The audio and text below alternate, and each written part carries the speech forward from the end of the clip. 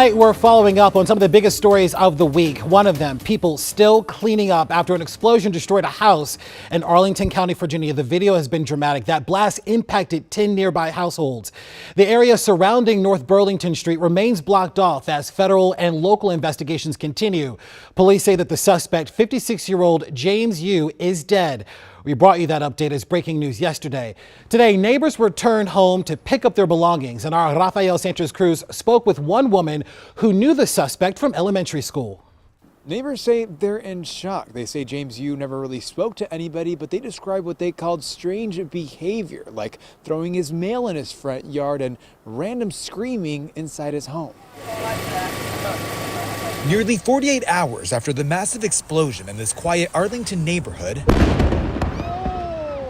neighbors are still processing the dramatic scene that played out right in front of them. I'm standing there looking at it, and it knocks me back. The Mitchells live across the street from where the explosion took place on North Burlington Street. He was, even back then, very recluse. Tracy Mitchell says she grew up with Jimmy, identified by Arlington County Police as James Yu, the 56-year-old man that barricaded himself in his home and presumably died in the explosion.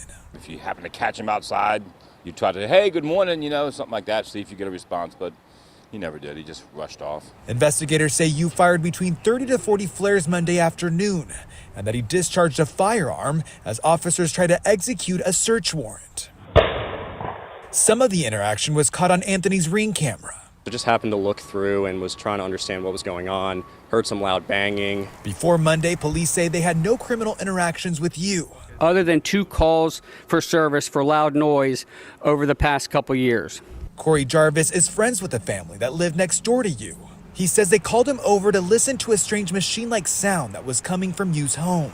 24/7 for I don't know how many days, but it was driving them crazy, and it was doing it in the middle of the night when the kids were trying to sleep. Today, those impacted by the explosion were able to pick up their belongings as crews removed the debris that's left. You wish you would have been able to get help and everything, and it's just sad to see that. Neighbors say there's very little that police could have done in this situation because Yu's behavior really didn't warrant police intervention. Now, as for the family that lived next door to Yu, they're still recovering from the incident, and they've set up a GoFundMe page to help them out because they've lost everything.